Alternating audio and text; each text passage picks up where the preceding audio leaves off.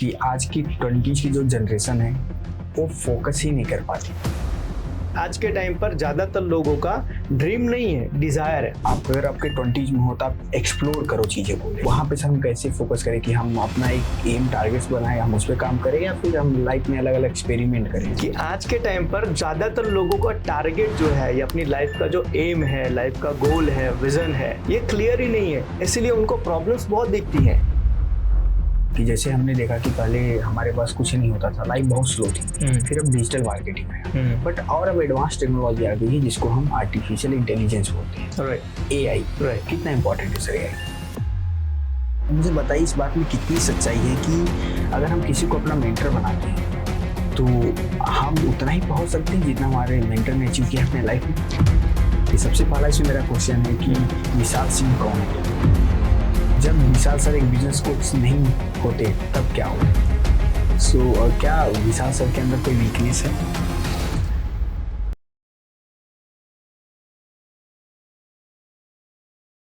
Sir good morning. Good morning sir, आज जो मेरे सवाल होंगे कुछ बिजनेस प्रोस्पेक्टिव से होंगे और कुछ जो हमारे जैसे जेंजीज होते हैं, जो बोल सकते हैं कि जो 20s के पर्सन है उनके लिए होंगे। तो सर मेरा पहला सवाल आपसे ये है कि डेफिनेशन क्या है एंटरप्रेन्योर का एंड बिजनेस का? देखो, बिजनेसमैन और एंटरप्रेन्योर दोनों अगर देखने आए तो सेम है, लेकिन अगर इसकी डेफिनेशन आप पूछोगे तो प्रॉब्लम का सॉल्यूशन करने के लिए, किसी भी प्रॉब्लम का, सोसाइटी की कोई भी प्रॉब्लम का सॉल्यूशन करने के लिए अगर कोई स्टेप या कोई उद्यम किया जाता है तो उसको कहते हैं एंटरप्रेन्योर। और बिजनेस जो होते हैं, जैसे कि मैं किसी चीज की प्लानिंग कर रहा हूँ और मैंने उसको शुरू किया एज अ बिजनेस, तो उसको हम बिजनेस कहेंगे। तो बिजनेसमैन और एंटरप्रेन्योर वैसे देखने आए तो दोनों एक ही हैं, लेकिन अक्सर कर एंटरप्रेन्योर को खास करके ये कहा जाता है कि उन्होंने बिजनेस की शुरुआत इसीलिए की क्योंकि उनको किसी प्रॉब्लम का सॉल्यूशन करना था। एक बहुत अच्छा कोट है जो हर बार मैं बोलता हूँ, every unsolved problem of the society is new business opportunity. मतलब समाज के अंदर आप देखोगे और समाज में जितनी भी प्रॉब्लम है उनमें से किसी भी प्रॉब्लम का सॉल्यूशन करने के लिए आपने बिजनेस की शुरुआत की, आपने उद्यम किया, तो आप एक एंटरप्रेन्योर कहलाए जाते हो। तो एंटरप्रेन्योर की और बिजनेसमैन की जो डेफिनेशन है वो ये है कि एक एंटरप्रेन्योर प्रॉब्लम का सॉल्यूशन करने के लिए बिजनेस की शुरुआत करता है, और एक बिजनेसमैन होता है वो नए ड्रीम, नए डिजायर, नई चीजों को लेके बिजनेस की शुरुआत करता है। तो ये डेफिनेशन है उसकी। Okay sir. एंड दूसरा सर जो मेरा सवाल है वो जेंजीज को ही लेके है कि सर जेंजीज का मतलब है क्या? देखो, अभी तो ये कहते हैं ना, बड़ा पॉपुलर वर्ड है कि जो लोग 20s के बाद, मतलब 2000 के बाद में जिनका जन्म हुआ है उनको जेनजी कहते हैं। उसके पहले वो कुछ अल्फा आता है या मिलेनियल आता है, ऐसा कुछ होता है। मुझे एग्जैक्टली उसके बारे में पूरा नहीं पता, लेकिन कहा जाता है जिनका जो बर्थ है वो 2000 सन के बाद में हुआ है उनको जेनजी कहा जाता है। और ये जेनजी जो है ना, आज कहते हैं ना, किसी भी देश को, किसी भी कंट्री को बहुत इम्पैक्ट करते हैं। आज जैसे कि हमने थोड़े टाइम पहले नेपाल के बारे में सुना कि नेपाल में इतना बड़ा भूचाल आया, तो उसमें सबसे बड़ा कहीं ना कहीं कंट्रीब्यूशन जो था वो जेनजी का। सेम बांग्लादेश में जो हो रहा है उसमें भी सबसे बड़ा कंट्रीब्यूशन जो है वो जेनजी का है। तो जेनजी वही है जो नया माइंडसेट लेकर आ रही है, नई चीजें उसकी डिमांड है, नए नए एस्पिरेशन है और नई चीजें वो चाहती है। तो ये सब चीजें जिसकी रिक्वायरमेंट है हम उसको कह सकते हैं जेनजी। इट मीन्स कि जो डिजिटल आज के टाइम में जो जमाना चला है, डिजिटल इन्फ्लुएंसिंग का हो गया, डिजिटल क्रिएटर का, ये जो अडॉप्ट कर रहे हैं ये जेनजीज है। एग्जैक्टली। और खाली डिजिटल चीजें नहीं, आप देखोगे ना तो हर चीज में उनका एक्सपेरिमेंट, मतलब जो आज नई चीजों को एक्सपेरिमेंट करने का तैयारी रखता है हम उसको जेनजी कहते हैं। जैसे कि एज एग्जांपल कोई नई टेक्नोलॉजी आई उसको अडॉप्ट करने का, कोई नई, कहते हैं ना, कोई नई चीज आई मार्केट में उसको ट्राई करने का, कुछ नया कंसेप्ट आया उसको अपनाने का, कोई नया माइंडसेट आया उसको एक्सेप्ट करने का, ये सब चीजें जो है ना, जो एक्सेप्ट करके चलता है या जो नई चीजें करने में बिलीव करता है, हम उन सभी लोगों को जेनजी कह सकते हैं। सिर्फ ये तो एक पैरामीटर है कि भाई जेनजी उनको कहेंगे जिनका जो बर्थ है वो 2000 के बाद में हुआ है, लेकिन मैं उन सबको जेनजी कहूंगा कि जो लोग नई चीजें एक्सेप्ट करने के लिए अपने आप को प्रिपेयर करके रखते हैं, वो सब जेनजी में आते हैं। ओके। यहाँ पे सर जो आपने बताया जेनजी का, आपने एक एग्जांपल दिया और कि उनको हम जेनजी बोलते हैं, आपने वो बताया। सो यहाँ पे अगर दूसरी क्वेश्चंस में करूँ कि 20s की मैं बात करूँ तो 20s में एक माइंडसेट क्या होना चाहिए हमारा? देखो, जैसे मैंने बताया कि जेनजी का माइंडसेट कैसा होता है, तो आज के टाइम का जो माइंडसेट है ना, वो ऐसा ही होना चाहिए कि आज आपको नई चीजें एक्सेप्ट करने के लिए तैयार रहना पड़ेगा। पहले के समय में कैसा होता था कि चीजें बदलने में समय लेती थी। कहा जाता है कि आज से लगभग आप 20 साल पहले चले जाओ, 20 साल पहले, तो 20 साल पहले सिचुएशन ऐसी थी कि अगर कोई चेंजेस आना है ना तो उसको बड़ा टाइम लगता था। वो चेंजेस को आने में और लोग उसको एक्सेप्ट कर रहे हैं, उसको लाने में बड़ा टाइम लगता था। लेकिन आज का ट्रेंड ऐसा है कि आज लगभग रोज दुनिया में कुछ ना कुछ नया चीज हो रहा है जो चेंज हो रहा है। मतलब आज आप रात में सोए और कल सुबह उठेंगे तो सेम दुनिया नहीं रही है, राइट। वो बदल गई है, वो चेंज हो चुकी है। और इस तेज रफ्तार से बदलती हुई दुनिया के अंदर अगर आपको अपने आप को मतलब सक्सेस बनाना है या ग्रोथ ओरिएंटेड आपको रखना है, तो आपको अपना माइंडसेट बना के रखना पड़ेगा कि I am ready to accept the change, right. तो माइंडसेट ये होना चाहिए आज के समय में कि आपके सामने कोई भी नई चीज आ रही है जो आने वाले समय में आपको या आपके करियर को और बढ़िया ग्रोथ दे सकती है, तो आप उसको एक्सेप्ट करने के लिए तैयार रहो। तो आज का माइंडसेट सबसे ज्यादा रिक्वायरमेंट है कि न्यू चीजों के लिए एक्सेप्टेंस रखना। आज भी आप देखो कि हमारे घर में हमारे पिताजी या दादाजी अगर हैं तो आज भी बहुत सारी चीजें वो एक्सेप्ट नहीं की है। जैसे एज एग्जाम्पल फोन ही हम ले लेते हैं, स्मार्टफोन। तो कई बार अभी भी हम जितना स्मार्टफोन हम यूज करते हैं, हमारे पिताजी हमारे दादाजी उतना यूज नहीं करते हैं। राइट। तो कहीं ना कहीं अभी माइंडसेट उनका कैसा बना है कि जैसा मेरे जमाने में था वैसा ही मुझे रहना है। आज के जमाने को वो एक्सेप्ट नहीं कर रहे हैं और इसीलिए कुछ माइंडसेट, कुछ लोग ऐसा माइंडसेट अभी भी लेकर बैठे हैं कि एक समय ऐसा आएगा कि पुराना वाला जमाना वापस आएगा और पुराना वाला जमाना आपको वापस नहीं मिलेगा। तो इसीलिए नए जमाने में आगे बढ़ रही है दुनिया, तो उसके हिसाब से आपको अपना माइंडसेट चेंज वाला रखना पड़ेगा, नई चीजों को एक्सेप्ट करने वाला रखना ही पड़ेगा, तभी आप ग्रो कर सकते हो। Right sir. बट सर यहाँ पे एक प्रॉब्लम यही है कि आज की 20s की जो जनरेशन है वो फोकस ही नहीं कर पाती। तो सर 20s में फोकस कैसे करें? देखो, ये एक बहुत बड़ा कहते हैं ना बहुत बड़ा सोशल चैलेंज है कि आज के टाइम पे आज के जो नए बच्चे हैं वह किसी चीज के ऊपर फोकस, कहते हैं ना आजकल का जो फोकस स्पैन है ना वो बहुत कम हो गया है। आज किसी चीज के ऊपर वो फोकस नहीं, उनको बहुत तेजी से बहुत जल्दी चीजें चाहिए और जिसके कारण वो किसी चीज के ऊपर पेशेंस बना के नहीं रखते हैं। तो वो फटाफट करने के चक्कर में कई बार गलतियां भी करते हैं। तो आज के टाइम पर आपको फोकस बनाने के लिए सबसे ज्यादा जरूरी है वो है कि आप अपनी लाइफ में क्या पाना चाहते हो उसकी एक क्लैरिटी ले लो। देखो, हर जगह कहीं ना कहीं ये चीज बताई जाती है, क्लैरिटी इज पावर। आप अपनी लाइफ में जितना क्लियर हो कि आपको क्या चाहिए, आपका फोकस उतना बना रहेगा। आप जितना ब्लर हो, हम लोग हमारी ट्रेनिंग प्रोग्राम के अंदर हम एक एक्टिविटी करवाते हैं कि इस तरीके से 2 उंगली के बीच से आप मुझे देखो, ठीक है? आप 2 उंगली के बीच से मुझे देखोगे तो मैं क्लियर दिख रहा हूं? नहीं, मैं क्लियर दिख रहा हूँ? मेरी इस उंगली के बीच में से देखोगे तो मैं क्लियर दिख रहा हूँ। राइट। और ये ब्लर दिख रहा होगा उंगली। राइट। अब उंगली को देखो, मैं ब्लर दिख रहा हूँ। राइट। तो इसका मतलब ये है कि ये प्रॉब्लम है और ये हमारा टारगेट है। तो जब आपका टारगेट के ऊपर नजर रहेगी तो प्रॉब्लम आपको ब्लर दिखेगी। राइट। लेकिन जैसे ही आपका टारगेट के ऊपर से नजर हटी तो प्रॉब्लम आपको क्लियर दिखेगी।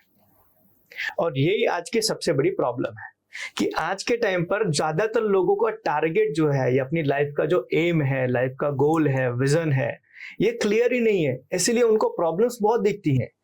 कोई भी चीज को एज एग्जांपल, मैं अभी कंटेंट में बना रहा था नई ट्रेनिंग प्रोग्राम के लिए, तो बात आई कि भाई आज के टाइम पर ज्यादातर लोगों का ड्रीम नहीं है, डिजायर है। राइट। समझना, ड्रीम और डिजायर में बड़ा फर्क है। ड्रीम का मतलब होता है मुझे चाहिए और डिजायर का मतलब मेरी इच्छा है।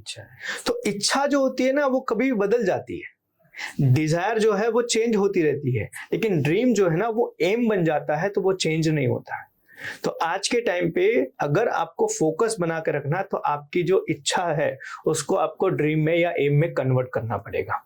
और अगर आप एम में या ड्रीम को या फिर गोल को आप क्लियर कर लेते हो तो बाकी सारी चीजें आपके लिए ब्लर हो जाएंगी। एज एग्जाम्पल मैं आपको बताऊं, जैसे कि आपको यहाँ से स्टेशन जाना है, आपको 1 घंटे के बाद एक ट्रेन पकड़नी है, आधे घंटे में एक ट्रेन पकड़नी है, राइट। अब आप यहाँ से जाओगे, आधे घंटे में आपको ट्रेन पकड़नी है और यहाँ से आपको स्टेशन पहुंचने का रास्ता भी लगभग 25 मिनट का है और आधे घंटे में आपको ट्रेन पकड़नी है। तो क्या बीच में कितनी ट्रैफिक आई, कितने लोग आए, कितने खंबे आए, कितने एडवर्टीजमेंट आए, कितनी चीजें आई, क्या आपको वो दिखेगा? नहीं दिखेगा। क्यों नहीं दिखेगा? क्योंकि मेरा टारगेट ही है कि मुझे पहुंचना है वहां पे। टारगेट क्लियर है कि मुझे टाइम पर पहुंचना है और मेरे पास लिमिटेड टाइम है। लेकिन वही चीज आपको कोई टाइम नहीं है कि आपको जब मन करे तब आप पहुंचो स्टेशन। फिर आप है ना रास्ते में जाने वाले हर बंदे का नंबर प्लेट तक आप पढ़ते जाओगे, हर होर्डिंग को पढ़ते जाओगे, हर कहते हैं ना गाड़ी के पीछे लिखे हुए जो शायरी होती है ना उसको पढ़ते जाओगे। क्यों? क्योंकि आपका जो विजन, जो आपका टारगेट है वो क्लियर नहीं है। वहां पर आप कभी भी पहुंचो, वहां पर कोई हमें टाइम बाउंडेशन नहीं है। तो जब जब आपका विजन, आपका गोल, आपका एम क्लियर होगा, आपका फोकस नहीं हिलेगा। लेकिन जितनी बार जब जब आपका ड्रीम और विजन से आपकी नजर हटेगी, आपका फोकस हट जाएगा। राइट। बट सर, जैसे हम आपसे सुनते हैं, आपसे हम बहुत सारी लर्निंग लेते हैं, बट ऐसे मार्केट में यूट्यूब पे हम बहुत सारे ऐसे बिजनेस कोच या जो लाइफ के लिए एडवाइस देते हैं, सर लाइफ कोच बहुत सारे पसंद होते हैं, उनकी ऐसी रिकमेंडेड होती है कि आप अगर आपके 20s में हो तो आप एक्सप्लोर करो चीजें को लेकर। तो वहां पे सर हम कैसे फोकस करें कि हम अपना एक एम टारगेट्स बनाए, हम उस पर काम करें या फिर हम लाइफ में अलग अलग एक्सपेरिमेंट करें? देखो, एक्सप्लोर करना और अपनी लाइफ का टारगेट बनाना वो दोनों चीज डिफरेंट है। एज एग्जांपल समझो, आप है ना एक्सप्लोर करना तब बंद कर दोगे जब आपका एक एम क्लियर हो गया। एज एग्जांपल सपोज आप अभी अपना कॉलेज कंप्लीट कर रहे हो, सपोज ले लेते हैं कि आपने अपना कॉलेज कंप्लीट किया, कॉलेज के अंदर आपको रियलाइज हो गया कि मुझे आईएएस बनना है, राइट। तो आपका पूरा जो एफर्ट है ना वो कहाँ लगेगा कि मुझे आईएएस बनने के लिए क्या क्या करना पड़ेगा, राइट। फिर आप पहाड़ों पे जाना बंद कर दोगे, फिर आप पार्टीज में जाना बंद कर दोगे, फिर आप दूसरी चीजों के ऊपर फोकस करना बंद कर दोगे। ये कब हुआ? जब आपका एक एम क्लियर हो गया कि मुझे ये चीज करनी है, लेकिन आपका क्लियर नहीं हुआ। आप कॉलेज में हो, कॉलेज में आपका ग्रेजुएशन कंप्लीट हो गया, लेकिन आपको पता ही नहीं है कि आपको क्या करना है। तो आप क्या करोगे? हर जगह हाथ पैर मारोगे, ये भी कर लूं, वो भी कर लूं, वो भी कर लूं, वो भी कर लूं, हर जगह आप हाथ पैर मारोगे। तो इसके अंदर आपका टाइम भी जाता है और आपकी एनर्जी भी जाती है। तो जो लोग ये कह रहे हैं कि भाई एक्सप्लोर करना जरूरी है, वो ये कह रहे हैं एक्सपीरियंस लेना जरूरी है, राइट। तो एक्सपीरियंस आपको अपनी जिंदगी में बहुत काम आता है, लेकिन आपका एम तो क्लियर होना चाहिए, राइट। कि आपको चाहिए क्या। जैसे एज एग्जांपल समझो कि मैं जिम जा रहा हूं, तो मेरा पर्पस क्लियर होना चाहिए ना कि मैं जिम क्यों जा रहा हूं। जिसका पर्पस क्लियर नहीं है कि मैं जिम क्यों जा रहा हूं, वो 4 दिन जाके बंद कर देगा, फिर 5वें दिन बोलेगा मैं मार्शल आर्ट सीखने जाऊंगा। राइट। तो जिसका एम क्लियर हो गया कि भाई मैं जिम जा रहा हूं क्योंकि मुझे बॉडी बिल्डिंग कंपटीशन के अंदर पार्टिसिपेट करना है और वहां पे मुझे जीतनी है चीजें, तो अगर इसका एम क्लियर है तो वो बंदा और इधर उधर नहीं भटकेगा। और अक्सर कर आप देखोगे तो जो भटकने वाले लोग हैं ना, उनको थोड़ा सा गहराई में जाके आप देखोगे तो कहीं ना कहीं उनका एम का ही प्रॉब्लम है। उनका ड्रीम, उनका विजन, उनका लक्ष्य जो है ना वो क्लियर नहीं है, जिसके कारण उनको ये सारी चीजें झेलनी पड़े। और ये सारी चीजें खाली स्टूडेंट में या फिर सिर्फ जॉब करने वाले में नहीं, ये बिजनेसमैन में भी होता है। हम इतने सारे लोगों को ट्रेनिंग देते हैं, हम इतने सारे लोगों को कंसल्ट करते हैं, हम इतने सारे लोगों से मिलते हैं। मैं लगभग कहूंगा तो लगभग 95% लोग ऐसे मिलते हैं जिनकी लाइफ का सपना क्या होता है? बिजनेस बड़ा करना है, बहुत पैसे कमाने हैं, ब्रांड बनानी है मुझे बहुत, लेकिन क्लियर नहीं पता होता है कि कितना पैसा कमाना है, राइट। कितना बिजनेस बड़ा करना है, कितनी बड़ी ब्रांड बनानी है, ये उनका कोई क्लियर नहीं होता। तो कहते हैं ना कि आपने बोला कि सर मुझे मेरा बिजनेस बहुत बड़ा करना है, कितना बड़ा करना है ये पता तो होना चाहिए ना, कितना बड़ा करना है, क्योंकि आपके लिए 1 करोड़ भी बड़ा हो सकता है और आपके लिए 1000 करोड़ भी बड़ा हो सकता है। तो आपको क्लैरिटी तो होनी चाहिए। तो आपके लाइफ के अंदर जितनी क्लैरिटी होगी, आपके लिए बाकी सारी चीजें करना आपके लिए बहुत इजी होगा।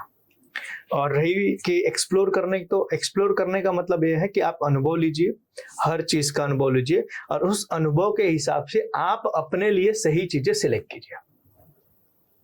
तो जो लोग कह रहे हैं कि भाई एक्सप्लोर करना चाहिए, वो इस पर्पस में कहते हैं। Okay right. एंड सर दूसरा जो मेरा सवाल है इसी चीज को लेके कि आज के टाइम में अगर हमें एक्सप्लोर करना है, हमें लाइफ में एम करना है, अब बिजनेस की हम बात करें, बिजनेस हमें बड़ा बनाना है, तो सर डिजिटल क्रिएटिंग कितना इम्पोर्टेंट है? बहुत इंपॉर्टेंट है आज के टाइम पे। बहुत इंपॉर्टेंट क्या, सबसे इंपॉर्टेंट है आज के टाइम पे। एज एग्जांपल समझो कि आज हम सब जानते हैं कि लगभग ऑडियंस जो है वो फोन के ऊपर अवेलेबल है, राइट। कहा जाता है बिजनेसमैन को वहां जाना चाहिए जहां ऑडियंस अवेलेबल है, और आज की ऑडियंस जो अवेलेबल है वो है फोन के ऊपर। वो सोशल मीडिया पे अवेलेबल है, वो यूट्यूब पर अवेलेबल है, वो इंस्टा पे अवेलेबल है, वो इस तरह की एक्टिविटीज में अवेलेबल है। तो आपको भी अगर उनको अपनी प्रोडक्ट बेचनी है, उनके साथ बिजनेस करना है, उनके पैसे चाहिए या उनके साथ में आपको रिलेशन डेवलप करना है, तो आपको भी वहां जाना पड़ेगा और उसके लिए आपको डिजिटल क्रिएशन करना ही पड़ेगा।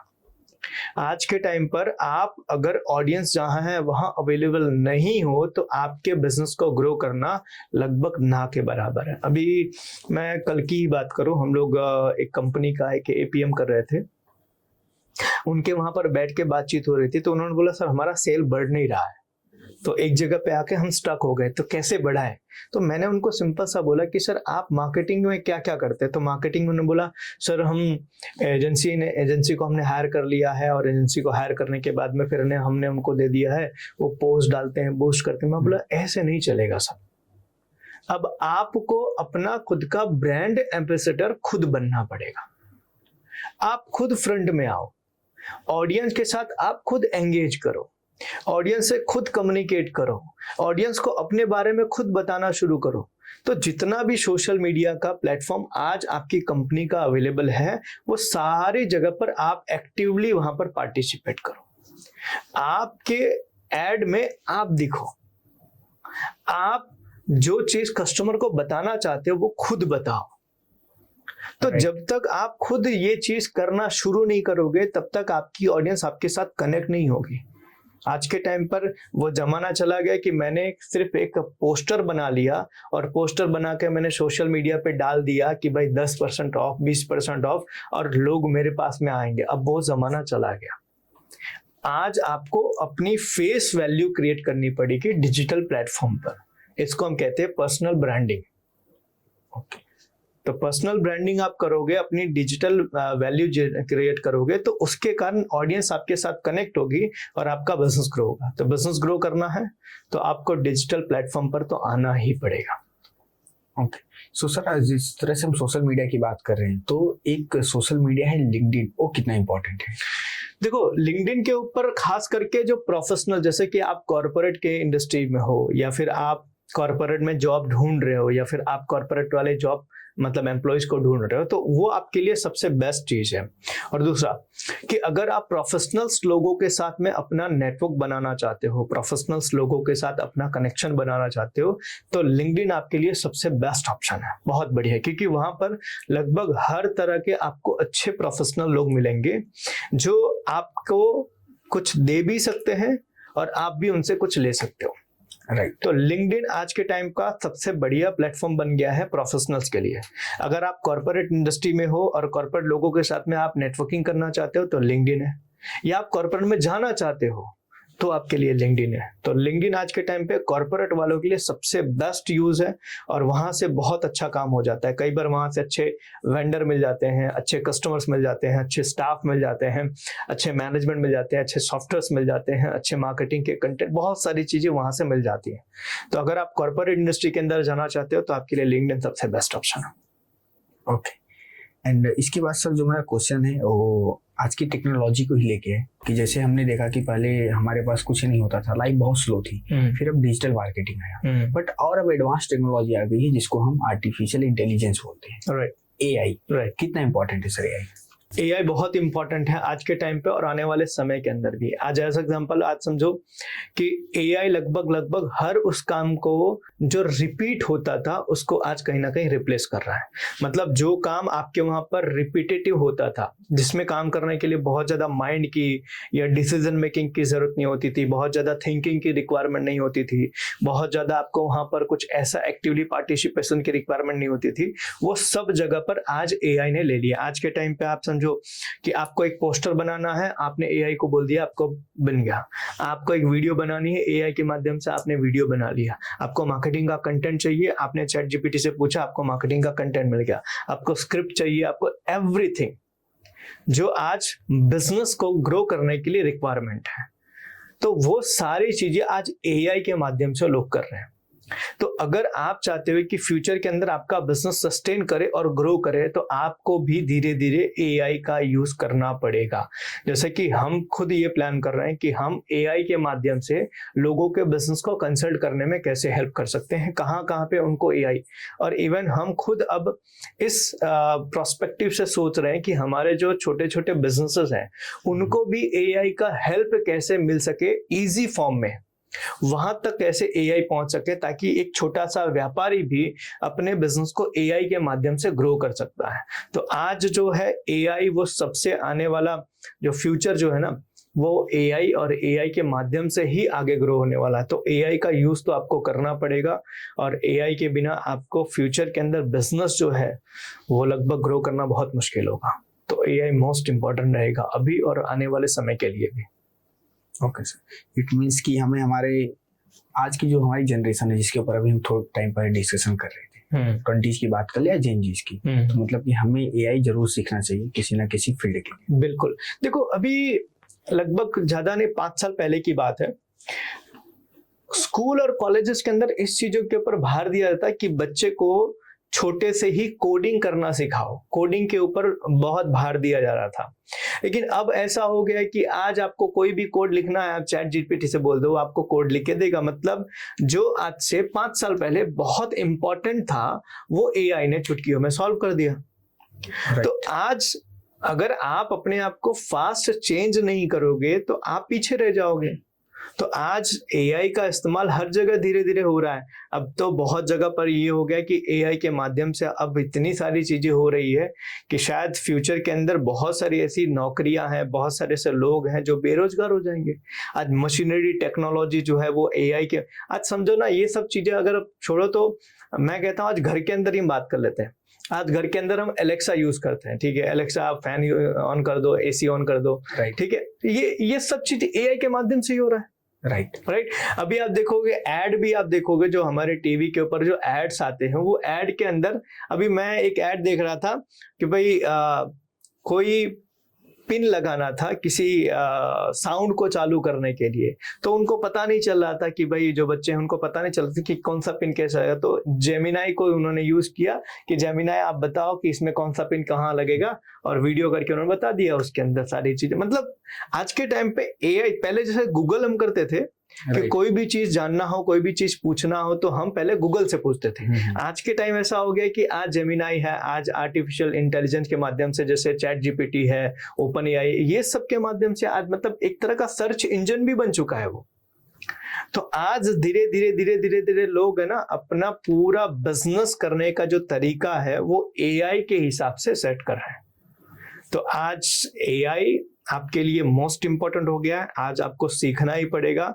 जैसे आज से लगभग 20-25 साल पहले उस टाइम पर कंप्यूटर के बारे में एक था कि भाई कंप्यूटर आ रहा है, तो उस टाइम पर कुछ लोगों ने सोचा कि नहीं यार, हम तो कंप्यूटर का इस्तेमाल नहीं करेंगे, हम तो पुराने तरीके से बिल बनाएंगे, पुराने तरीके से हम मेंटेन करेंगे अकाउंट, ये सारी चीजें, और वो लोग कंप्यूटर का विरोध कर रहे थे।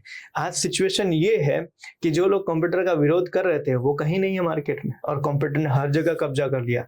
तो इसी तरीके से आज भी जो लोग एआई का विरोध कर रहे हैं, या जो लोग ऐसा सोच रहे हैं कि एआई जो है वो फ्यूचर के अंदर हमें बहुत ज्यादा यूजफुल नहीं आएगा, जो अभी भी इस चीज को लेके सीरियस नहीं हो रहे हैं, तो उनके लिए फ्यूचर के अंदर एआई बड़ा नुकसान करेगा। तो एआई बहुत जरूरी है आज के टाइम में।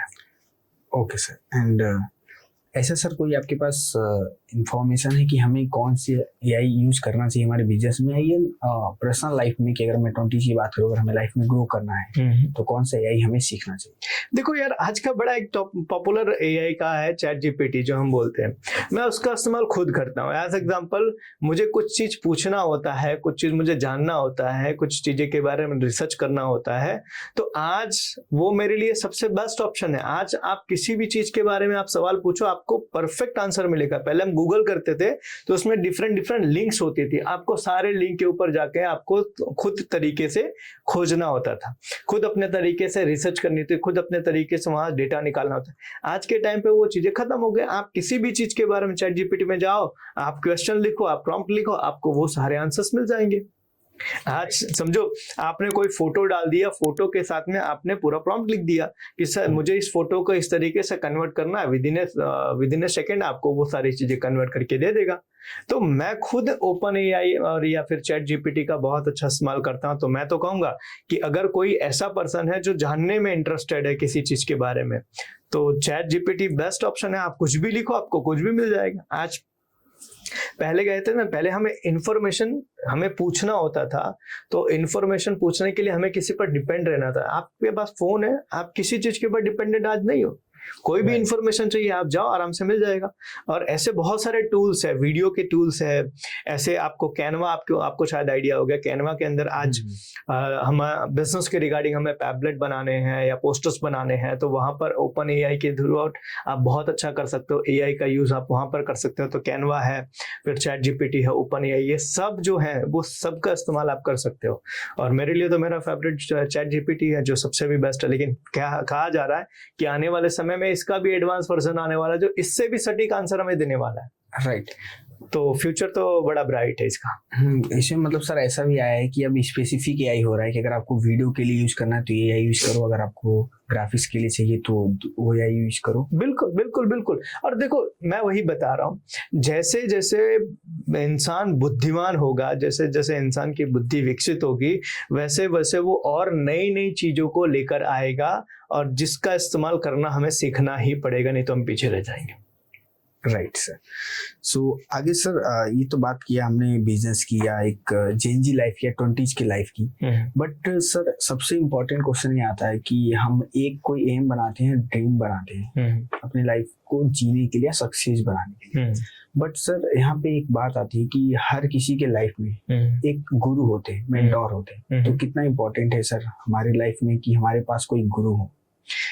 देखो, एक पुराना एक वाक्य है, गुरु बिना गति नहीं होती है, ये कहा जाता है।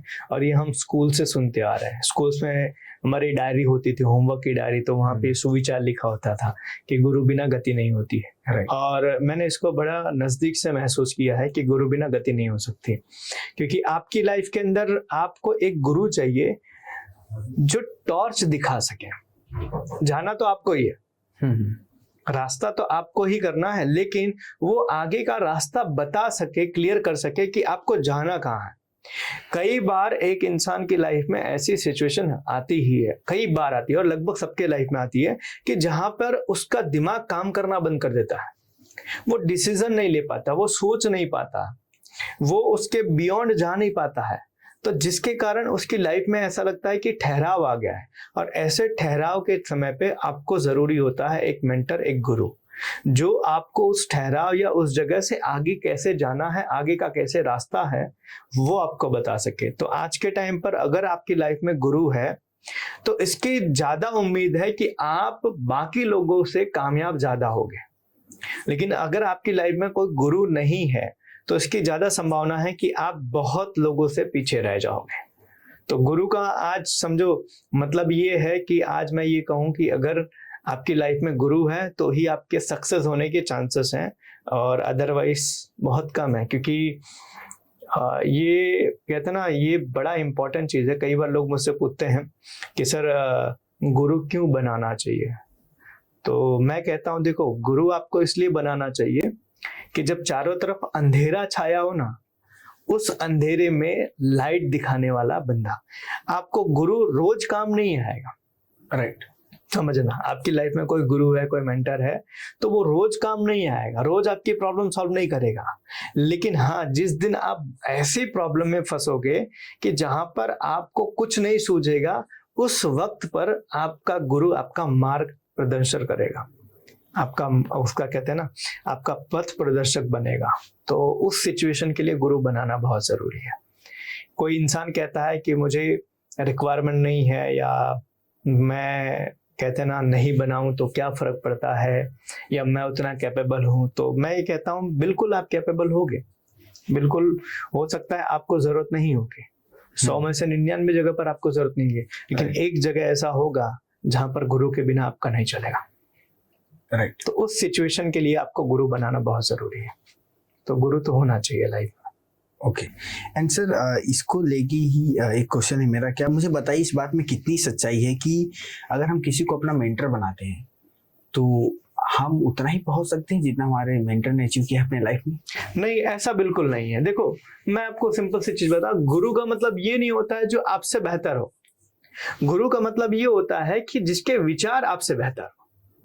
जैसे एज एग्जांपल मैं आपको बताऊं कि सचिन तेंदुलकर के जो गुरु हैं वो रमाकांत आचरेकर, हम उनको बहुत बड़ा प्लेयर नहीं मानते, या वो बहुत बड़े प्लेयर नहीं थे, लेकिन उन्होंने सचिन तेंदुलकर को वहां तक पहुंचाया जहां तक पहुंचने में लोगों को सालों लग जाएंगे। राइट। सदियां बीत जाएगी जहां तक पहुंचने में।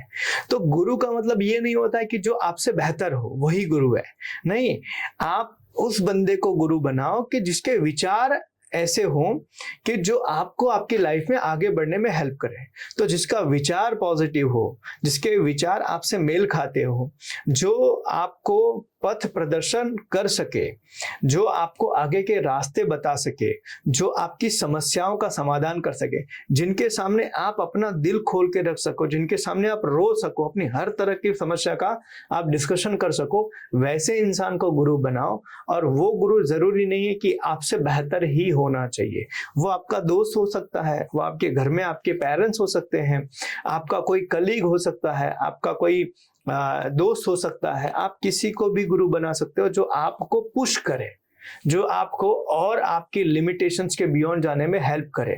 तो गुरु कोई जरूरी नहीं है कि जिस गुरु ने जितना अचीव किया है, अगर मैं उसको गुरु बनाता हूं तो मैं भी उतना ही अचीव करूंगा। नहीं, मैं उससे बहुत ज्यादा अचीव कर सकता हूं।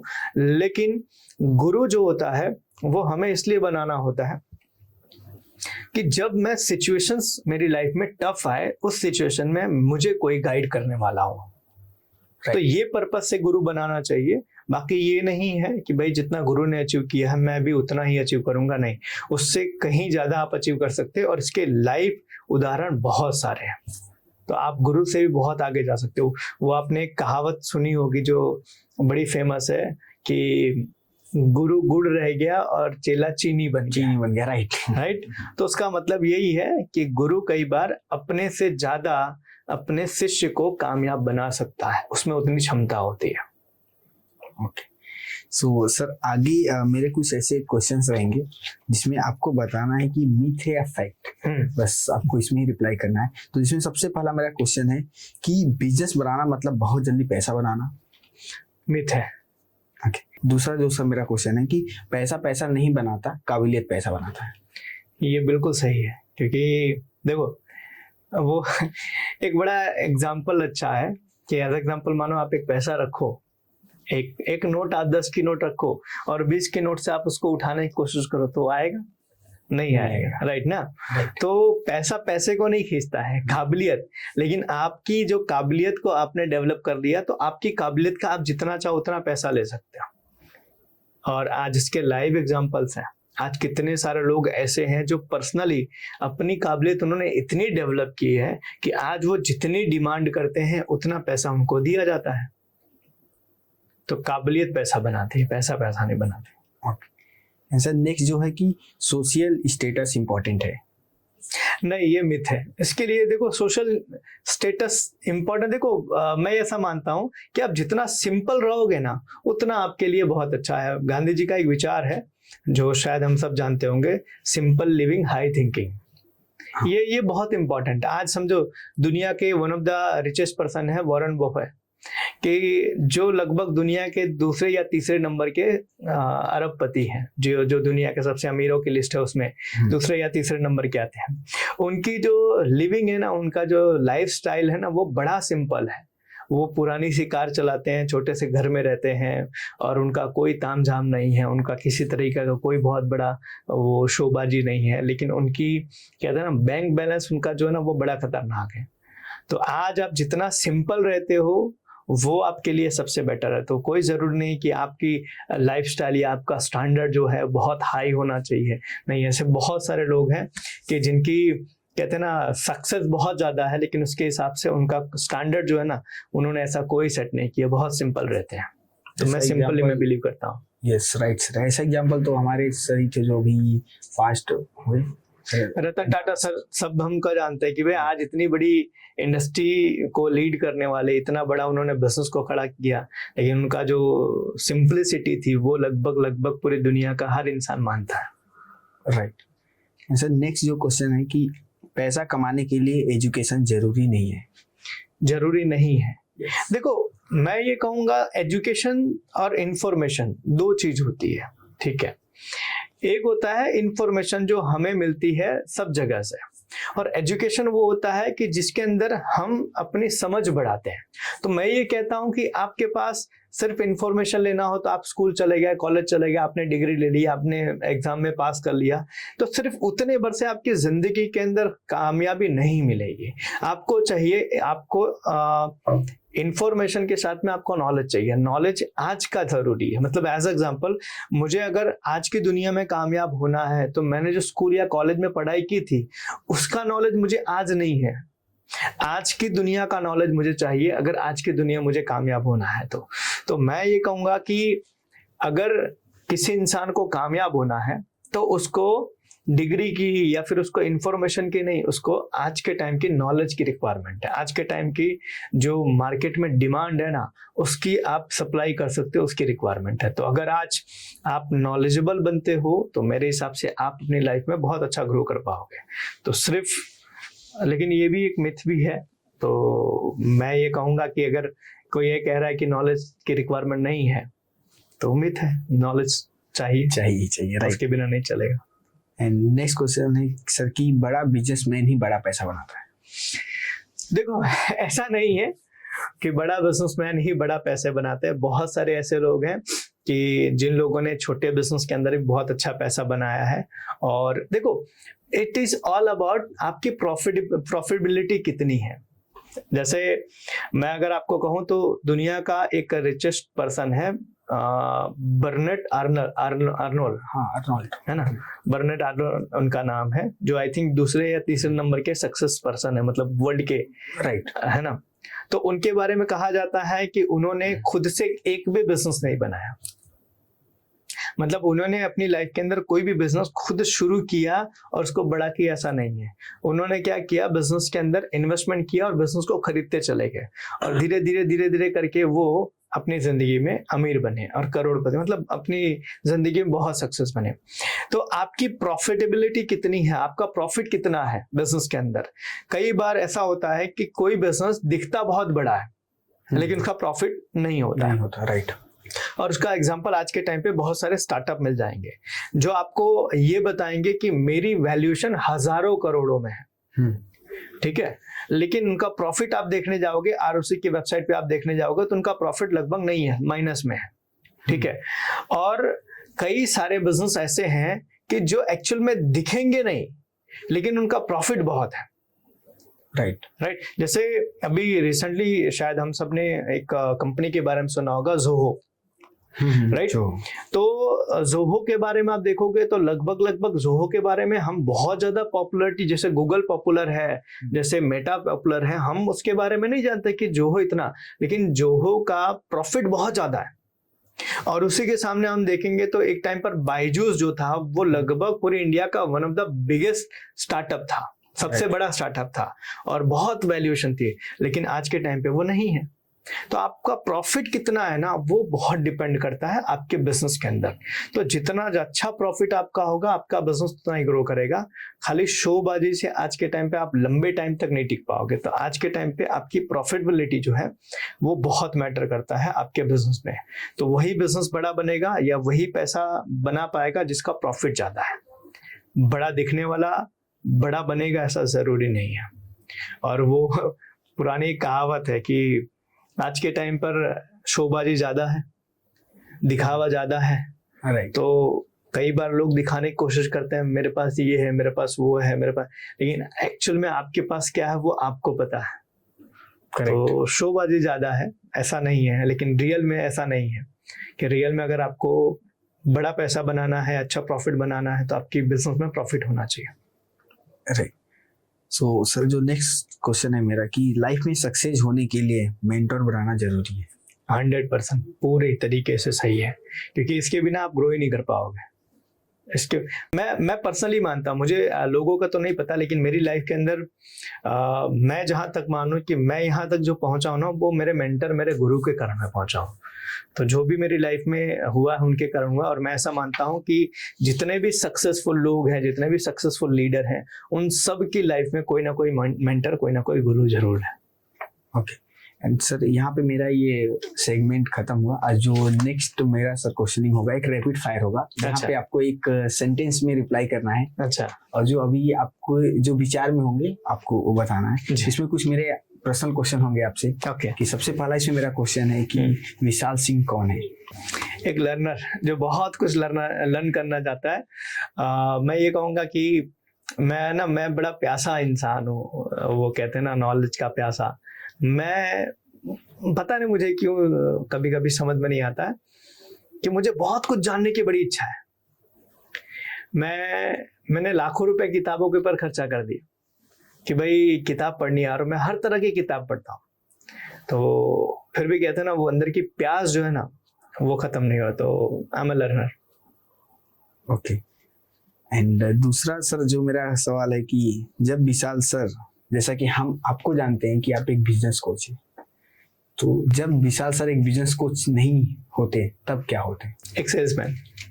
क्योंकि सेल्स एक ऐसी इंडस्ट्री है ना कि जहां पर आप अपनी लाइफ को इतना एक्सप्लोर कर सकते हो जितना दूसरे और इंडस्ट्री के अंदर आप नहीं कर सकते हो। क्योंकि देखो, सेल्स में क्या होता है, रोज आपको नए लोगों से मिलना होता है, रोज नई प्रॉब्लम सॉल्व करनी होती है, रोज नए चैलेंजेस आते हैं, रोज नए ऑब्जेक्शंस आते हैं, और इन सब चीजों को आपको ढूंढना होता है, इन सब चीजों से आपको लड़ना होता है। तो आपकी एक तो स्किल मास्टरी, आपकी कम्युनिकेशन मास्टरी हो जाती है, प्रॉब्लम सॉल्विंग आपकी बहुत गजब की हो जाती है, आप नई नई चीजें ढूंढने में आप बहुत ज्यादा हो जाते हो, आप ऑलवेज अलर्ट रहते हो, आप ऑलवेज है ना अपने आप को एनर्जेटिक रखते हो। और सबसे बड़ी चीज पता है क्या है, कि एक सेल्समैन जो होता है ना, वो अपने गम को, अपनी तकलीफ को छुपाना जानता है। मतलब क्या होता है कि मेरी लाइफ में ये पर्सनली बहुत बार हुआ है कि लाइफ में बहुत कुछ ऐसी चल रही है जो बहुत खराब है। लाइफ में हो सकता है, पर्सनल लाइफ में, फाइनेंशियल लाइफ में, या फिर फैमिली लाइफ में, सोशल लाइफ में बहुत सारी चीजें उल्टी सीधी चल रही है, सब खराब हो रहा है, पर्सनल लाइफ बिगड़ी हुई है। उसके बावजूद भी एक सेल्समैन जो होता है ना, मुस्कुरा के अपना बिजनेस करता है। Correct sir, correct. एंड दूसरा सवाल है सर मेरा कि ऑफिस के बाद विशाल सर क्या करते हैं? देखो, ऑफिस के बाद मैं ऑफिस के पहले सुबह मैं क्रिकेट खेलता हूँ, और मेरा वो फेवरेट है। तो हम 1-1.5 घंटा रोज क्रिकेट खेलते हैं, और उसके बाद मैं अपने साथ रहता हूँ। अपना फोन है, अपनी किताब है, अपनी फैमिली है। मैं मेरा पर्सनल टाइम में यूज, देखो मैं 2 चीजों को अलग रखता हूँ, एक प्रोफेशनल लाइफ, एक पर्सनल लाइफ। तो मैं जब काम कर रहा हूँ तो सिर्फ काम करूंगा, और जब मैं अपने परिवार के साथ या अपने साथ हूँ तब मैं सिर्फ अपने साथ हूँ। उस टाइम पे मैं काम नहीं करूंगा। बढ़िया सर, बढ़िया। सो सर, आपकी बिगेस्ट स्ट्रेंथ क्या है, ताकत क्या है आपकी बिगेस्ट? देखो, मेरी सबसे स्ट्रॉन्ग जो आदत है, या जो आप कह सकते हो मेरी स्ट्रेंथ है, वो एक एटीट्यूड है प्रॉब्लम सॉल्विंग करना। मुझे प्रॉब्लम को सॉल्व करने में बड़ा मजा आता है। कि कोई भी प्रॉब्लम, खास करके कोई बिजनेस की प्रॉब्लम हो, किसी की लाइफ की प्रॉब्लम हो, या किसी की और चीज की प्रॉब्लम हो, तो मुझे अगर प्रॉब्लम का सॉल्यूशन करना होता है तो वहां मुझे सबसे ज्यादा मजा आता है। तो वो मेरी एक कहते हैं वो मेरी एक्सपर्टीज भी है। मैं एक्सपर्टीज तो नहीं कहूँगा, वो मेरा इंटरेस्ट एरिया है कि भाई मुझे प्रॉब्लम सॉल्विंग ज़्यादा मज़ा आता है। और ये चीज़ें मैं सिर्फ इसलिए नहीं कि मैं आज बिजनेस कोच हूँ या मैं बिजनेस कंसल्टिंग में हूँ, इसलिए जब मैं स्कूल में था, स्कूल के टाइम पर भी मैं मेरे दोस्तों के बीच में, मेरे स्कूल के बीच में मैं इस चीज़ को लेके ज़्यादा फेमस था या ज़्यादा पॉपुलर कि यार विशाल के पास इसका सॉल्यूशन मिल जाएगा। ओके, तो मुझे उसमें ज़्यादा मज़ा आता है। ओके। सो क्या विशाल सर के अंदर कोई वीकनेस है? वीकनेस तो देखो हर इंसान के अंदर होता है, बहुत सारी वीकनेस है और उस वीकनेस के ऊपर काम करना बहुत ज़रूरी है। तो डेफिनेटली जैसे कि कहा जाता है ना, मैं अपने आप को और इंग्लिश के अंदर में और स्ट्रांग करने की कोशिश कर रहा हूँ, क्योंकि आज के टाइम पर आपको कहते हैं ना इंटरनेशनली चीज़ें अगर आपको जाननी है तो आपको अपनी इंग्लिश को और बेहतर करनी पड़ेगी। तो आप इंग्लिश को आप और मैं अपने आप को बेहतर करने पे लगा हूँ। और बाकी तो लाइफ है, लाइफ के अंदर जहाँ जहाँ पर ऐसा फील होता है कि भाई ये चीज़ें कहीं पर कुछ गड़बड़ी है, कहीं पर कुछ दिक्कत है, तो उसको धीरे धीरे स्ट्रॉन्ग है। ऐसा कोई पर्टिकुलर कोई वीकनेस नहीं है कि ये मेरा हमेशा से वीक रहा है। हाँ, इम्प्रूवमेंट एरिया है जहाँ पर मैं रेगुलर काम करता हूँ, जहाँ जहाँ पर मुझे लगता है कि भाई यहाँ पर मुझे और स्ट्रांग होने की ज़रूरत है, तो मैं उन चीज़ों को स्ट्रांग कर रहा हूँ। ओके। विशाल सर के मेंटर कौन है? मेरे मेंटर जो है वो अर्पित पटेल सर हैं, और ये लगभग मैं आपको बताऊं तो 2008 से मैंने उनको मेंटर बनाया, गुरु बनाया, और आज तक वही मेरे मेंटर और मेरे गुरु रहे हैं। और आज मैं यहाँ तक पहुँचा हूँ तो सिर्फ और सिर्फ उनकी बदौलत। उन्होंने मुझे मेरी लाइफ के अंदर कहते हैं ना हर चीज़ को लेके सपोर्ट किया है, चाहे वो पर्सनल लाइफ को लेके हो, फाइनेंशियल लाइफ को लेके हो, इमोशनल लाइफ को लेके हो, सोशल लाइफ को लेके हो, हर चीज़ को लेके उन्होंने मुझे गाइड किया, सपोर्ट किया, हेल्प की है, और वही मेरी लाइफ के सबसे बड़े मेंटर हैं। अब कुछ क्वेश्चंस होंगे मेरे विशाल सर से कि उनके कुछ फीडबैक्स क्या है। तो सर फेवरेट काम क्या है आपका? देखो, फेवरेट काम जो मुझे मज़ा आता है वो आता है नई चीज़ें बनाने में। ठीक है, एज एग्जाम्पल मैं कोई नया ट्रेनिंग प्रोग्राम वगैरह मुझे बनाना होता है तो मुझे बड़ा मज़ा आता है उन चीज़ों के अंदर, जहाँ पे सोचना होता है, जहाँ पे थिंकिंग का काम होता है, तो वहाँ पर मुझे बड़ा मज़ा आता है। तो वो चीज़ मेरे लिए एक सबसे ज़्यादा इम्पोर्टेंट है, पहला। और दूसरा है रीडिंग, जो मुझे पढ़ने में बड़ा मज़ा आता है। कोई ऐसा इंटरेस्टिंग टॉपिक हो गया, मैं रोज़ पढ़ता हूँ, रेगुलर में पढ़ता हूँ, और जब भी ऐसा कोई बुक मिलती है जहाँ पर और चीज़ें उसको पढ़ना होता है तो मैं उसके अंदर और डीप में जाता हूँ। तो ये दो चीज़ें मेरे लिए आई थिंक बढ़िया है। ओके। एंड सर, जैसा आपने बताया कि आपको क्रिकेट बहुत पसंद है, इवन आप हर दिन सुबह क्रिकेट खेलते हैं, तो आपका फेवरेट प्लेयर कौन है? मेरा फेवरेट प्लेयर वीरेंद्र सहवाग है, क्योंकि मेरा बहुत पहले से ही मैं उनको बैटिंग करते देखता हूँ और वो मेरे फेवरेट रहे। उनकी उसके पीछे की वजह है, मैं आपको बताता हूँ कि वो एक ऐसा बैट्समैन था ना, जब तक वो क्रीज पर रहेगा ना, रन रेट कम नहीं होगा। हाँ राइट, ये तो उनके बारे में सुना। हाँ, ये मतलब मैं उनको जब देखता था तब मैं एक चीज ऑलवेज देखता, जब तक वो इंसान क्रिकेट मतलब वो पिच पर है, ग्राउंड पर वो अवेलेबल है, पूरे जो सामने वाले प्रतिद्वंदी जो टीम होती थी ना, उन सबकी सिर का दर्द वही हो कि इसको कैसे आउट किया जाए। देखो, अगर सचिन 50 ओवर खेले तो शायद 300, 350, 400 रन बने, लेकिन अगर वीरेंद्र सहवाग अगर 50 ओवर खेल जाए तो 500, 600 रन बना दे, इतना उनमें काबिलियत थी। और यही मुझे बहुत अट्रैक्ट करता था कि यार इस पर्सन में इतनी स्ट्रेंथ है कि जब भी मैं देखता था, जितनी बार भी मैंने उनको देखा, पूरे उनकी लाइफ का जितना भी क्रिकेट उन्होंने खेला, मैंने जब भी देखा ये चीज मैंने देखा, जब भी वो रन बनाते थे तो कम बॉल के अंदर ज्यादा रन होते थे। मतलब अगर उन्होंने 50 बॉल खेली है तो इतना जरूर चांसेस है कि लगभग उनके 70-80 रन होंगे। कभी मतलब रेयर केस में ऐसा देखा होगा कि ज्यादा बॉल खेला और कम रन बना। उनके केस के अंदर ये चीज मुझे बड़ा अट्रैक्टिव लगती थी, और वो मेरे ऑल टाइम मतलब अभी तक वही मेरे फेवरेट प्लेयर है, और मैं भी पूरी कोशिश करता था कि मैं उनकी तरह खेलूं। तो वीरेंद्र सहवाग मेरे फेवरेट क्रिकेटर। ओके। सो विशाल सर का कोई फेवरेट एक्टर है? फेवरेट एक्टर मेरे हैं जो हैं वो सनी देओल है, क्योंकि कहते हैं ना वो एक माचो मैन वाली पर्सनालिटी है, तो उनकी एक्टिंग, उनके डायलॉग्स, उनका तरीका वो काफ़ी अट्रैक्टिव लगता है। तो पुरानी फिल्मों के अंदर वो मेरे सबसे बढ़िया रहे। ओके। एंड विशाल सर का फेवरेट डिश क्या है? दाल राइस। और ये मेरा फेवरेट, मैं घर पे भी खाता हूँ। मेरा खास करके ये चीज इसलिए भी बहुत अच्छा लगता है कि आपको हर जगह मिल जाता है। हम ट्रैवलिंग करते हैं, हम पूरी इंडिया घूमते रहते हैं, तो इंडिया के अंदर हर जगह पर अपने अपने स्पेशल डिश होते हैं, अलग अलग डिश होते हैं। लेकिन दाल चावल जो होता है ना, कॉमन होता है। तो आप कभी साउथ में चले गए, कभी आप नॉर्थ में चले गए, कभी आप महाराष्ट्र चले गए, कभी आप किसी जगह चले गए, तो आपको दाल चावल तो मिल ही जाएगा। तो दाल चावल जो है वो मेरा फेवरेट डिश है और वो इजीली मिल जाता है, तो वो चीजें मेरे लिए एक्सेसिबल भी बहुत अच्छा है। ओके। एंड फेवरेट प्लेस क्या है विशाल सर का? मेरा फेवरेट प्लेस जो है वो नेचर है, मतलब पहाड़ जंगल, मुझे वो बहुत पसंद है। और मुझे उनके साथ में कहते हैं ना, टाइम स्पेंड करना बहुत अच्छा लगता है। हम मेरे दोस्त हैं, तो लगभग हम बहुत एडवेंचर ट्रिप करते हैं। हम पहाड़ों में जाते हैं, हम जंगलों में जाते हैं, हम घूमने निकल जाते हैं। अभी थोड़े टाइम पहले हम लोग, मेरी बड़ी इच्छा थी कि यार रोड पर जाने के बजाय हम जंगल के अंदर जाएंगे। तो अभी फिलहाल थोड़े टाइम पहले हमें एक मौका मिला था, तो हम जंगल के अंदर लगभग 4-5 किलोमीटर अंदर हम जंगल के गए, जहाँ पर कोई नहीं था, एकदम सन्नाटा था, पहाड़ चढ़ना था। और वो एडवेंचर मेरे लिए बड़ा एक्साइटिंग रहा। तो मेरे लिए जो मेरा फेवरेट प्लेस है वो पहाड़ और जंगल है। ओके। एंड साल का सबसे फेवरेट दिन कौन सा होता है विशाल सर का? मेरे साल का सबसे फेवरेट दिन, देखो मेरे लिए तो एक सीजन बड़ा मजेदार होता है मेरे लिए, बड़ा वो रेनी सीजन मुझे बहुत पसंद है, बारिश का सीजन। क्योंकि बारिश के अंदर पानी जो बरसता है उसको आप घर से देखो या कहीं से भी देखो तो वो बड़ा इंटरेस्टिंग लगता है। और मेरी लाइफ का सबसे बेहतरीन दिन जो होता है वो कहीं ना कहीं 20 जुलाई जो हमारी कंपनी की एनिवर्सरी है वो होती है, क्योंकि उस दिन हम बड़े एक्साइटेड होते हैं और उस दिन हम बहुत सारी चीज़ें नई करते हैं, बहुत अच्छी अच्छी चीज़ें होती हैं। तो वो हमारे लाइफ का एक बेस्ट डे है। Okay. Okay sir. And sir अब कुछ जैसे कि हम बात कर ही रहे हैं गुरुकुल की, तो ऐसे आज भी गुरुकुल के प्लेटफॉर्म पे से बहुत से पर्सन आते हैं जिनको आज भी क्लियर नहीं कि गुरुकुल है क्या। तो सर गुरुकुल है क्या?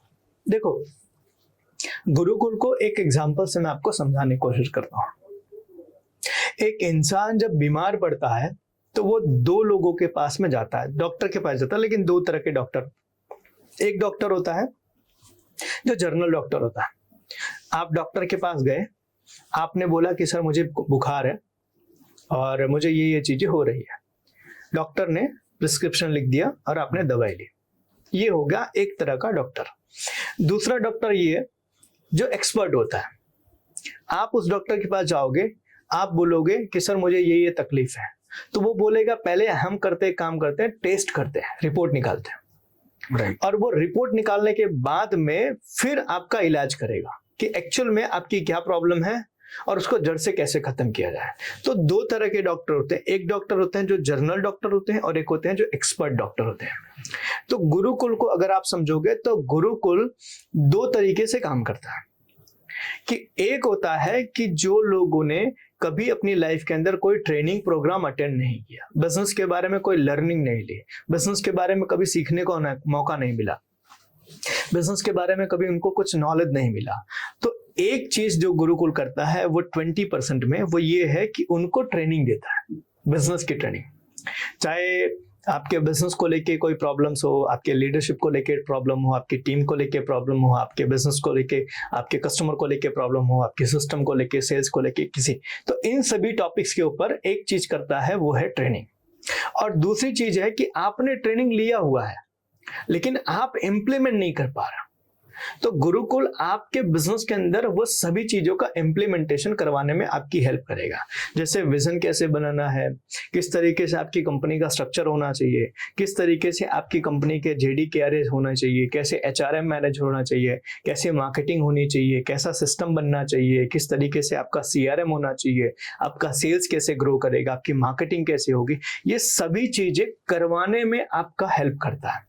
तो गुरुकुल को अगर मैं आपको एक सेंटेंस में कहूं तो ये है, गुरुकुल बिजनेस का डॉक्टर है। ओके। कि आपके बिजनेस में जो भी प्रॉब्लम्स हैं चाहे वो सेल्स का हो, चाहे मार्केटिंग का हो, चाहे टीम का हो, चाहे सिस्टम का हो, चाहे एक्सपेंशन का हो, इन सभी चीजों की समस्या का समाधान गुरुकुल आपको करके देगा। ओके। तो गुरुकुल आप इस तरीके से कह सकते हो बिजनेस का डॉक्टर है। सर मेरे लास्ट कुछ सवाल है कि नेटवर्किंग कितना इम्पोर्टेंट है एक बिजनेस के लिए? बिजनेस के लिए नेटवर्किंग बहुत जरूरी है। कहा जाता है network is equal to net worth. आपका जितना स्ट्रांग नेटवर्क है उतना अच्छा आपका नेटवर्थ बनेगा। तो नेटवर्किंग आज के टाइम पर बहुत जरूरी है। नेटवर्किंग को अगर मैं आपको सिंप्लीफाई करूं तो आपकी जान पहचान होनी चाहिए, सिंपल सा। आपके बारे में जितना ज्यादा लोग जानेंगे या आप जितने ज्यादा लोगों को जानोगे उतना आपके बिजनेस में ग्रोथ करने के चांसेस है। तो नेटवर्किंग आज सबसे ज्यादा इंपॉर्टेंट है। आप लोगों से मिलो, लोगों से जान पहचान बनाओ, लोगों से अपने प्रोडक्ट के बारे में, अपनी सर्विस के बारे में डिस्कशन करो, लोगों से रेफरेंसेस लो, लोगों को अपने प्रोडक्ट के बारे में पिच करो, उनको सेल करो। और ये सारी चीजें करने का आपका जो है वो नेटवर्किंग है तरीका। जैसा एज एग्जांपल मानो कि आज के टाइम पे वो पॉलिटिशियन उतना ही ज्यादा पॉपुलर है जितना उसके बारे में लोगों को पता है। राइट। जितना लोग आपके बारे में जानेंगे आप उतने पॉपुलर। उसी तरीके से जितना आपके बारे में एज अ बिजनेसमैन लोग जानेंगे उतना ही बिजनेस आपका ग्रो करेगा। आज एज एग्जांपल हम मानते हैं कि आज जेफ बेजोस या इलोन मस्क आज पूरी दुनिया में सबसे अमीर आदमी है, क्योंकि उनको उतने ज्यादा लोग जानते हैं। मैं या आप या कोई आम इंसान उतना अमीर नहीं है क्योंकि उसको उतने ज्यादा लोग नहीं जानते। जिस दिन आपको भी उतने ज्यादा लोग जानना शुरू कर देंगे आप भी उतने अमीर हो जाओगे। तो नेटवर्किंग मतलब सिंपल सा जान पहचान बनाओ, और जितना ज्यादा जान पहचान बनाओगे उतना ज्यादा आपके बिजनेस को ग्रो करने में हेल्प होगा। तो आज के टाइम पे नेटवर्किंग बहुत जरूरी है। और आज है ना, मैं ये कहता हूं कि आपको बिजनेस ग्रो करना है तो आपको ना दो चीज छोड़नी पड़ेगी, एक शर्म और एक डर। शर्म कई बार लोग इसलिए करते हैं कि यार मैं क्यों जाऊं किसी के पास, राइट, अपने बारे में बताने के लिए। आपको जाना पड़ेगा। आज आपके पास दूसरा ऑप्शन नहीं है, आपको जाना पड़ेगा। या तो आप रूबरू जाओ, या तो आप सोशल मीडिया के माध्यम से जाओ, या तो आप होर्डिंग बैनर के माध्यम से जाओ, किसी भी तरीके से। लेकिन आपके बारे में लोग नहीं जानेंगे तो आपके साथ ट्रांजेक्शन नहीं करेंगे, और आपके साथ ट्रांजेक्शन नहीं होगा तो आपका बिजनेस ग्रो नहीं होगा। तो आपको नेटवर्किंग करना पड़ेगा। तो पहली चीज होती है लोग शर्माते हैं, दूसरा घबराते हैं। अरे मैं मेरे से ज्यादा अमीर आदमी को कैसे मिलूं? अरे आप जितने ज्यादा अमीर आदमी को मिलोगे आपके दिल का वहम निकलेगा कि अमीर आदमी जो होते हैं अकड़ू होते हैं। नहीं, अमीर आदमी बड़े पोलाइट होते हैं। जितने ज्यादा सक्सेसफुल लोग होते हैं उतने ज्यादा पोलाइट है। हम लोग मिलते हैं ऐसे ऐसे लोगों के साथ मिलते हैं जिनका बिजनेस अच्छा खासा हजारों करोड़ों का बिजनेस है। वो जब बैठते हैं ना हमारे साथ में तो इतने सिंपल, इतने पोलाइट होते हैं, जिनको हमें ऐसा लगता है कि इनके बारे में लोगों के दिमाग में वहम है कि जो जितना बड़ा इंसान होगा वो उतना कहते हैं ना अकड़ू होगा, घमंडी होगा। बिल्कुल नहीं, जो जितना बड़ा होगा ना वो उतना ही पोलाइट और सिंपल होगा, वो उतना ज्यादा हेल्प करने में आपको पहले आगे आएगा। तो आपको ना उनसे मिलना पड़ेगा, ये डर निकालना पड़ेगा। वो कहते हैं ना, एक पुरानी कहावत है कि भाई ये जो जितने ज्यादा अकड़ू होते हैं ना वो उतने ज्यादा छोटे होते हैं, और जो जितने बढ़िया होते हैं वो उतने ज्यादा सिंपल होते हैं। तो आपको नेटवर्किंग करना चाहिए, मिलना चाहिए। और मैं तो ये कहूंगा कि आप छोटे बिजनेसमैन को हेल्प मांगने जाओगे ना, शायद वो ना करे। बड़े बंदे से मांगो ना, वो करेगा, राइट, वो करेगा। लेकिन हम कई बार क्या दिमाग में डर बाल के बैठे हुए हैं कि छोटा बिजनेसमैन हेल्प कर देगा, बड़ा नहीं करेगा। ये बिल्कुल उल्टा है। बड़ा तुरंत करेगा, छोटा नहीं करेगा। छोटा आपको कॉम्पिटिटर मानेगा और बड़ा आपको कॉम्पिटिटर नहीं मानेगा। वो बोलेगा यार इसको भी ग्रो करना, चलो हेल्प करते हैं। राइट। तो ये माइंडसेट निकालना पड़ेगा लोगों को। सर एक मेरा आखिरी सवाल है आपसे कि अगर राज को एडवाइस देनी हो आपको कि आज राज अपने 20s में है, अगर उसको 30s में सक्सेस चाहिए तो आप क्या एडवाइस देंगे राज को? लर्निंग के ऊपर काम करो, बहुत जरूरी है। मैं सिंपल सा अगर कहूं, your learning is equal to your earning. जितनी ज्यादा आपकी लर्निंग रहेगी उतनी ज्यादा आपकी अर्निंग रहेगी। मैं बहुत सारे लोगों को देखता हूं, मिलता हूं, और ये चीजें देख के बड़ा शॉकिंग कि उनकी चाहत बहुत कुछ होती है, उनको चाहिए बहुत कुछ, उनको अपनी लाइफ में हासिल बहुत कुछ करना है, बहुत कुछ ड्रीम लेकर बैठे हैं, लेकिन उसके हिसाब से उनकी लर्निंग नहीं है। वो सीख नहीं रहे, वो मेहनत नहीं कर रहे हैं, वो अपने आप को एक्सप्लोर नहीं कर रहे हैं, वो अपने आप को और बेहतर नहीं बना रहे हैं। और याद रखना, एवरेज इंसान हाईली सक्सेसफुल नहीं बन सकता। आपको हाईली सक्सेसफुल बनने के लिए आपको हाईली नॉलेजेबल बनना ही पड़ेगा। तो आज जितने लोग भी 20s में हैं, अगर वो 30s में अपने आप को सक्सेस बनाना चाहते हैं, तो मैं ये कहूँगा ये सबसे गोल्डन टाइम है आपका, जिस टाइम पर आप खूब लर्निंग करो और खूब मेहनत करो। देखो, मैं एक ट्रेनिंग प्रोग्राम कर रहा था, उस ट्रेनिंग प्रोग्राम के अंदर मैंने एक कंसेप्ट शेयर किया था 35 वर्सेस 5। 35 वर्सेस 5 का मतलब ये होता है कि या तो 5 साल दबा के मेहनत कर लो और 35 साल एंजॉय करो, या तो 5 साल उड़ा दो और बाकी के 35 साल घिस के मेहनत करो। आपके पास दोनों ऑप्शन है। मैं जिस टाइम पे 20s में था तो मैं बहुत फोकस करता था लर्निंग के ऊपर। कई बार मेरे पास अगर 100 रुपए होते थे ना, या 100 रुपए 200 रुपए होते थे, तो मेरी पहली प्रायोरिटी होती मैं कौन सी नई किताब खरीदूं। मेरे पहली प्रायोरिटी ये होती थी कौन सी नई किताब खरीदूं, उससे मुझे कुछ सीखने को मिलेगा। कई बार मैं लोगों को देखता हूं, जब हम लोगों को एडवाइस करते हैं कि यार आपको किताबें पढ़नी चाहिए, आपको लर्निंग करनी चाहिए, कोर्सेस करने चाहिए, लोग बोलते हैं अरे यार देख लेंगे, कर लेंगे, हो जाएगा। राइट। तो ये जो लापरवाही जो है ना, ये आपको बाद में बहुत भारी पड़ती है। तो इसीलिए अगर जो भी 20s में है उनको मैं ये कहूंगा कि 5 साल दबा के मेहनत मजे करो, खूब एंजॉय करो, क्योंकि इसके बाद 35 साल आपके बन जाएंगे। लेकिन आज 5 साल आपने बिगाड़ दिए ना, तो आपके 35 साल आपको रगड़ना ही पड़ेगा। फिर आपके पास कंप्लेन करने का अलावा कोई ऑप्शन नहीं है। आज देखो, जितने लोग भी अपनी लाइफ में कंप्लेन कर रहे हैं ना कि यार मैं मेरी लाइफ में कुछ नहीं कर पाया, भगवान ने मुझे कुछ दिया नहीं, मेरी किसी ने मदद नहीं की, तो मैं ये कहूँगा उनके पास भी 5 साल था। राइट। लेकिन उस 5 साल को उन्होंने इस्तेमाल नहीं किया। और ये 5 साल, ये 20s वाले बड़े इंपॉर्टेंट होते हैं। 20 से 30 साल का जो समय होता है ना, इसको गोल्डन पीरियड कहते हैं। इस गोल्डन पीरियड को आपने कहाँ इस्तेमाल किया ना, इससे डिसाइड होगा कि आने वाले 30 के बाद आप 60 तक क्या लाइफस्टाइल जियोगे। अगर इस 10 साल को आपने, इस गोल्डन पीरियड को आपने सही जगह इस्तेमाल कर लिया ना, तो बाकी के 30 साल राजाओं की तरह जियोगे।